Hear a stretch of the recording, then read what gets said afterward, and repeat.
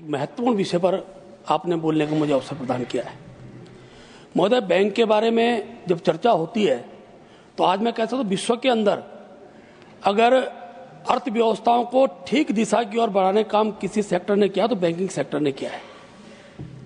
और मैं भारत की दृष्टि से अगर बात करूं तो 16 मार्च 1949 को बैंकिंग कंपनी अधिनियम के नाम से इसको लागू किया गया था।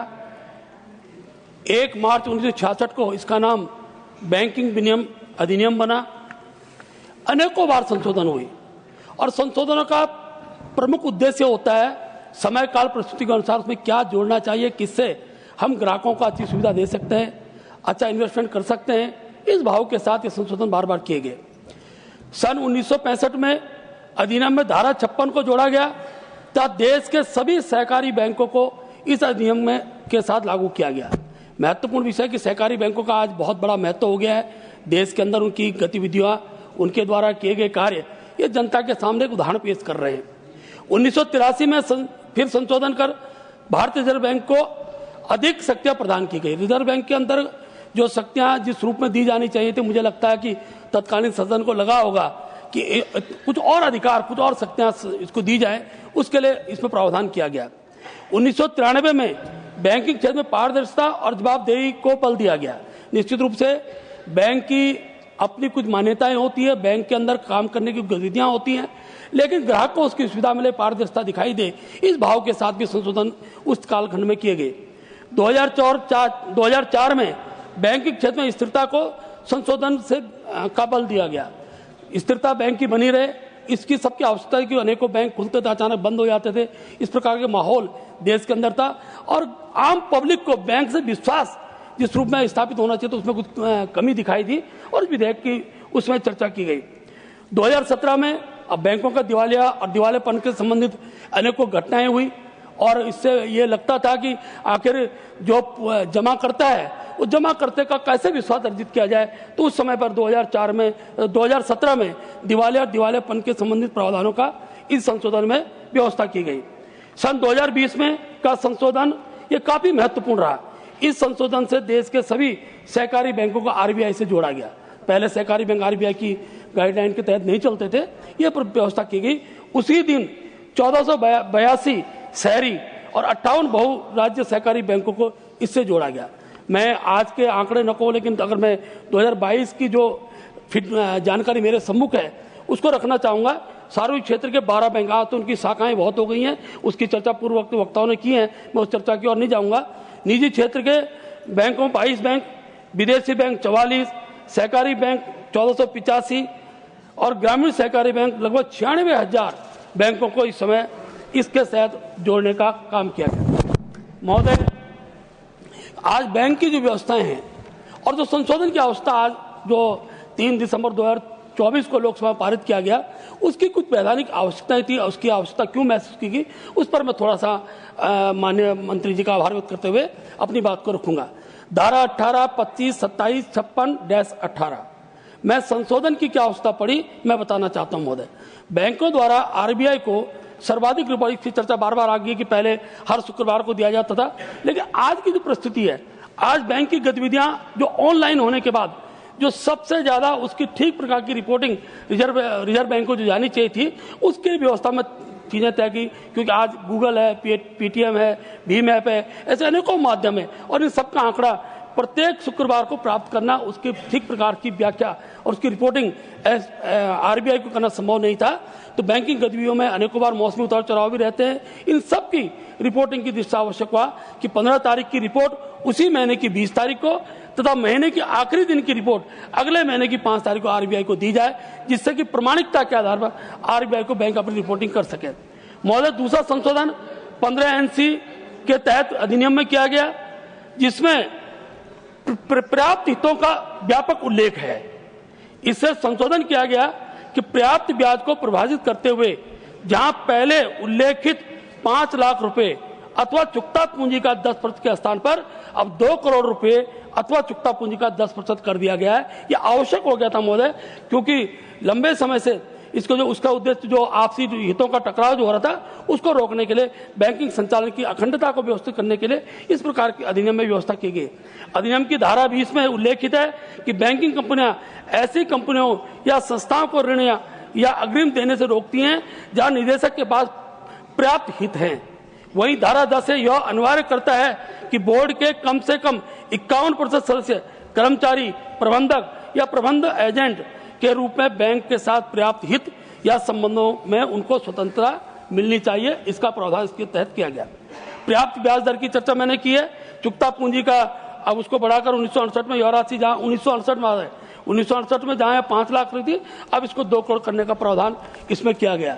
महोदय, तीसरा महत्वपूर्ण संशोधन, यह संशोधन सहकारी बैंकों के लिए बहुत अपेक्षित हो गया था। खासतौर पर सहकारी बैंकों की दृष्टि से इस संशोधन को लाने की आवश्यकता महसूस हुई।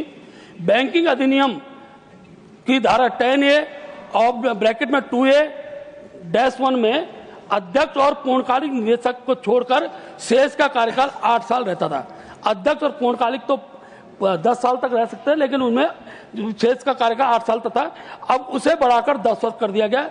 इसका कारण क्या है महोदय? सहकारी समिति अधिनियम में बोर्ड के निर्वाचित सदस्यों तथा सहकारी समितियों में पदाधिकारी कार्यकाल चुनाव की तिथि से 5 वर्ष होता है और इसके व्यावहारिक कठिनाइयां आ रही थी। इस अधिनियम के तहत सेवा करने वाले निदेशकों को इस अधिनियम का पालन करने के लिए दूसरे कार्यकाल के लिए बीच में ही अपने पद को छोड़ना पड़ता था।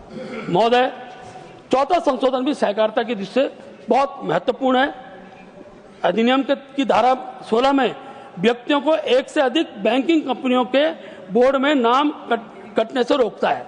महोदय, इस संशोधन में केंद्रीय सहकारी बैंक के निदेशक को राज्य सहकारी बैंक बोर्ड में भी अब कार्य करने की अनुमति होगी। समितियों के स्तर में जो अलग अलग स्तर है महोदय, प्राथमिक कृषि ऋण समिति है, राज्य सहकारी बैंक है, केंद्रीय सहकारी बैंक है। प्रत्येक कृषि ऋण समिति का पदाधिकारी केंद्रीय सहकारी बोर्ड में जा सकता है, परंतु केंद्रीय सहकारी बोर्ड का जो सदस्य है, पदाधिकारी है, वो राज्य सहकारी बोर्ड में सम्मिलित नहीं हो सकता था। इसलिए यह संशोधन बहुत अपेक्षित हो गया था। इसको संशोधन को इसमें किया गया। महोदय, 5वां संशोधन इसका अधिनियम के तहत इन धाराओं में किया गया। धारा 45 जमाकर्ता के धन के भुगतान के लिए नामांकन। धारा 45 सुरक्षित अभिरक्षा में रखी गई वस्तुओं की वापसी के लिए नामांकन, खासतौर पर गिरवी वस्तुएं जो रखी जाती हैं। धारा 45 सुरक्षा लॉकरों में सुरक्षा से मुक्त करने के लिए नामांकन।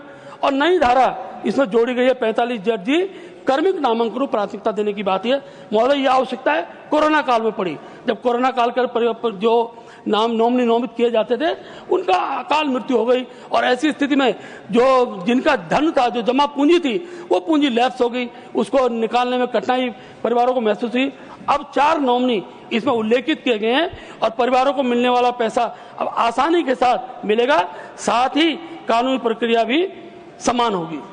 महोदय, 6वां संशोधन काफी छोटा है, बड़ा संशोधन नहीं है। इसके तहत जमा बीमा निगम DICGC की परिभाषा, प्रबंध निदेशक की परिभाषा और प्रायोजक बैंक की परिभाषा उल्लेखित है। इसमें केवल जब बैंकिंग अधिनियम संशोधन 2020 में पेश किया गया था, उसके तहत जमा बीमा निगम और प्रबंध की परिभाषा छोड़ दी गई थी। उस समय उसका उल्लेख उसमें हो नहीं पाया था 2020 में, जो सहकारी बैंक के लिए अप्रासंगिक और व्यावहारिक बनी हुई थी। अतः उसे बहाल करने के लिए प्रायोजक बैठक की परिभाषा को इसके तहत हटा दिया गया है। महोदय, धारा 35 से दावा न किए गए लाभांश का हस्तांतरण अवैतनिक लाभांश खाते में हस्तांतरण से जुड़ा है। इसमें यह सुनिश्चित होगा कि बिना दावे वाले शेयर, ब्याज या बॉन्ड रिडक्शन राशि BILFE निवेशक शिक्षा एवं संरक्षण कोष में हस्तांतरित की जा सकती है। पहले इसका प्रावधान नहीं था, अब इसको जोड़ा गया और इसको लागू किया गया। इससे निवेशकों की निदेशक की सुरक्षा को इसमें बढ़ाया गया है। महोदय, धारा 41 लेखा परीक्षक अधिनियम 1955, यह धारा 10 में संशोधन है। महोदय, अभी तक सर्वाधिक क्षेत्र के बैंकों के लिए वैधानिक लेखा परीक्षकों की नियुक्ति RBI द्वारा अनुमोदित होती थी। जो लेखा परीक्षक नियुक्त होते थे, क्योंकि सब प्रकार का रिकॉर्ड जो रखने का काम होता था, इसलिए बिना RBI के अनुमोदन के संभव नहीं था। और तथा इसका पारिश्रमिक RBI द्वारा केंद्र सरकार के परामर्श से ही दिया जाता था। अब इस संशोधन के बाद लेखा परीक्षकों का पारिश्रमिक निर्धारित सार्वजनिक क्षेत्र के बैंकों स्वयं करेंगे, तब बैंकों में प्रतिस्पर्धा पारिश्रमिक प्रदान की सुविधा मिलेगी। महोदय, बैंक ठीक प्रकार से अपना ऑडिट सब प्रकार की चीजों इसमें करेंगे। इसका प्रावधान इसमें किया गया। यह संशोधन यह निश्चित करने में मदद करेगा कि लेखा परीक्षा को पर्याप्त रूप में पारिश्रमिक मिले, जिससे लेखा परीक्षा मानकों और समग्र वित्तीय निगरानी में सुधार हो सके। महोदय, हमारे विरोधी दल के अनेकों वक्ताओं ने बहुत से विषय की चर्चा की है। कहा गया कि भाई आखिरकार बैंक के संशोधन की आवश्यकता क्यों है। मैं प्रधानमंत्री का आभार व्यक्त करता हूं कि देश के अंदर आज जितने खाते लोगों के खोले गए, लगभग जैसी चर्चा पूर्व में आया कि देश के 54 करोड़ से अधिक लोगों के जनधन खाते खोले गए हैं और 14,000 करोड़ की धनराशि उस खाते में जमा हुई है। ये अपने आप में इस बात को सिद्ध करता है कि समाज के लोगों के धर्मी व्यक्तियों के बीच में, मैं इस बात को भी मानता हूं, जब तक गुल्लक नहीं होगी, बचत नहीं होगी, कांग्रेस के शासन काल में यहाँ के गरीब जनता को गुल्लक के अधिकार से वंचित किया गया था। मैं प्रधानमंत्री का आभार व्यक्त करता हूं कि आज एक बहन का खाता आज बैंकों के अंदर है और अपने सामर्थ्य अनुसार बहनें उस खाते में जमा भी करती है और उसकी सुविधाएं मिल रही है। बैंकों को लोन लेकर भागने की चर्चा हुई, मैं उसकी चर्चा इसलिए नहीं कर रहा हूं कि कितनी बड़ी संख्या में लोग भाग कर गए हैं, लेकिन आज मैं कह सकता हूं कि जब से देश के अंदर प्रधानमंत्री जी का नेतृत्व सरकार बनी है, इस प्रकार के जो अपराधी हैं वो अपराधी किसी भी रूप में बच नहीं सकते हैं। और इसका एक व्यवस्थित रूप से जब केवाईसी के माध्यम से, सब चीज के माध्यम से व्यक्ति की पहचान होती है, तो स्वाभाविक रूप से रहता है कि वो व्यक्ति ऐसा कोई काम तो नहीं कर रहा जिससे कि देश के अंदर उसके द्वारा बैंकों को नुकसान पहुंचाने का काम किया जा रहा है। प्रधानमंत्री द्वारा अब मुद्रा लोन की मैं चर्चा इसलिए कर रहा हूं महोदय, लगभग ये एक बहुत बड़ी चीज है। बैंकों को आज किस गति के साथ, किस सीमा के साथ जोड़ा गया है, इसको समझना पड़ेगा। बैंक, मैं तो एक अभी अपने मित्रों से बैठे बैठे चर्चा कर रहा था कि एक स्थिति ऐसी आएगी, शायद पैसा छपना बंद हो जाए और सारा लेन देन बैंकों के माध्यम से हो, जिसकी आज स्थिति दिख रही है। हमारे कांग्रेस के एक मित्र कह रहे थे कि बैंकों में लाइन लग रही है। महोदय, आज तो बिजली का बिल ऑनलाइन जमा हो रहा है, आपका मोबाइल की कनेक्टिविटी का बिल ऑनलाइन जमा हो रहा है, हर प्रकार का आज एक चीज का जो लाइन जिस रूप में दिखाई देती थी, जहां जहां लाइन लगी वो लाइन बंद हुई है और इसमें बैंक का बहुत बड़ा योगदान है। आज बैंकों ने अपने सरकारी जितनी भी उनके जो आयाम है, उन सारे आयामों को बैंक से जोड़ा गया है और बैंक ने हर जगह सुविधा ग्राहक को दी है कि किसी भी प्रकार से उसे कहीं लाइन पर लगने की जरूरत आवश्यकता नहीं होगी।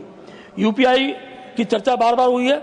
महोदय, यूपीआई का जो लेन देन है वो इस देश के अंदर जो हम अपनी अर्थव्यवस्था को तीसरी अर्थव्यवस्था के रूप में लाने का हम प्रयास कर रहे हैं, इस दिशा में निश्चित इसका बड़ा लाभ हमको प्राप्त होगा। मैं इस बात को इस नाते भी कह रहा हूं कि हम सब लोग जो देश की बैंकिंग परिस्थितियों को आज की तारीख में अवलोकन कर रहे हैं, ये ठीक है, विपक्ष का उद्देश्य होता है सुझाव देना, और मैं इस बात को भी मानता हूं जितने सुझाव विपक्ष को और साथ हैं, हमारे देश के प्रधानमंत्री जी ने, हमारे देश के वित्त मंत्री जी ने उन सुझावों को किस रूप में देश के हित में उसको लागू किया जा सकता है, उसका उल्लेख हर बार बजट के अंदर किया गया। एक बात मैं और कहना चाहूंगा महोदय, हर बार के बजट में बैंक के सुधार के कोई न कोई एक सुझाव निश्चित रूप से रहते हैं और उस दिशा में लोगों की आय भी बढ़ती है।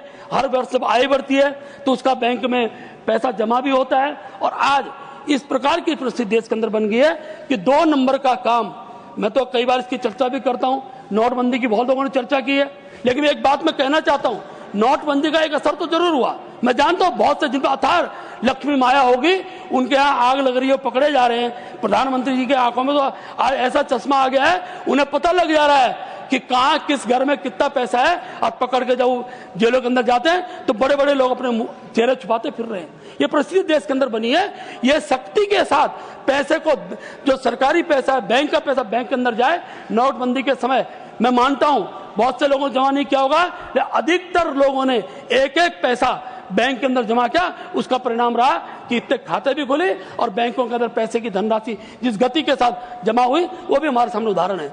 बहुत से लोगों ने इस व्यवस्था पर अनेकों प्रश्न खड़े किए होंगे। मैं जानता हूं विपक्ष का काम कुछ विषय को सुझाव देना होता है, प्रश्न भी खड़े होते हैं। उन प्रश्नों का आधार और समाधान केवल और केवल वित्त मंत्री जी कर सकती हैं। मुझे पूरा विश्वास है कि आगामी दिनों के अंदर हमने अपने प्रदेश अपने देश के अंदर जो बैंकिंग व्यवस्था है उसमें और गति के साथ सुधार करना है और बैंक के प्रति लोगों का विश्वास खड़ा हो, उस विश्वास के साथ हम सबको खड़ा होना है। आपने मुझे बोलने का अवसर दिया, मैं आपका बहुत बहुत धन्यवाद करते हुए अपनी बात समाप्त करता हूँ।